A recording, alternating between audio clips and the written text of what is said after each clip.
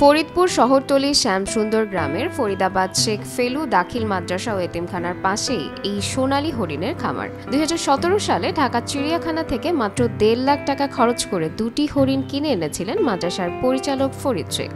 শুরুতে এটি ছিল শুধুই শখ। মাত্র ২.৫ মাসের মধ্যেই হরিণ দুটি থেকে জন্ম নেয় একটি শাবক।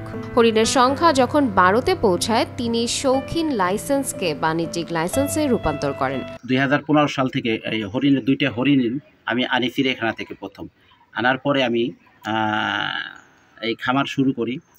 ২০০০ আজ পর্যন্ত অদ্যবধি প্রায় ৪০-৫০টা হরিণ আমার হয়েছে। এখন আমি যে লাইসেন্সটা আমার আছে এটা হলো বাণিজ্যিক লাইসেন্স, আমি বিক্রি করতে পারি। হ্যাঁ, আমি মাঝে মাঝে বিক্রি করতেছি, আমি দানও করে বিক্রি করি আমি।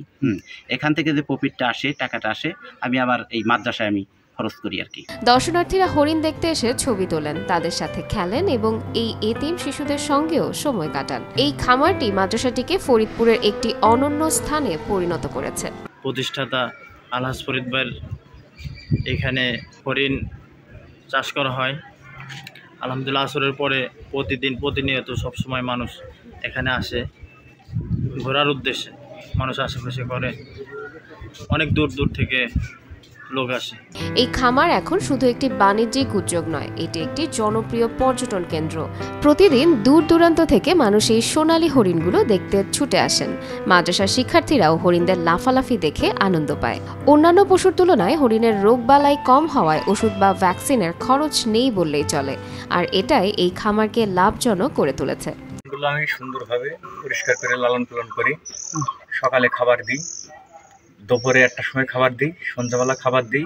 হরিণগুলো খুব সুন্দর, আর এই হরিণগুলোর প্রতি আমার খুব মায়া। এই হরিণগুলো পালতে খুব ভালো লাগে। আমাদের চৌধুরী বড় ভাই ফরিদ সাহেব, ইনি হরিণগুলোর প্রতি ইনারও খুব ভালোবাসা। প্রতিটি হরিণের পেছনে দৈনিক খরচ মাত্র ১০০ থেকে ১৫০ টাকা। শখ থেকে শুরু হওয়া এই বাণিজ্যিক খামার এখন শুধু অর্থনৈতিক সাফল্যই নয়, এটি সমাজ সেবারও এক অনুপ্রেরণাদায়ক উদাহরণ।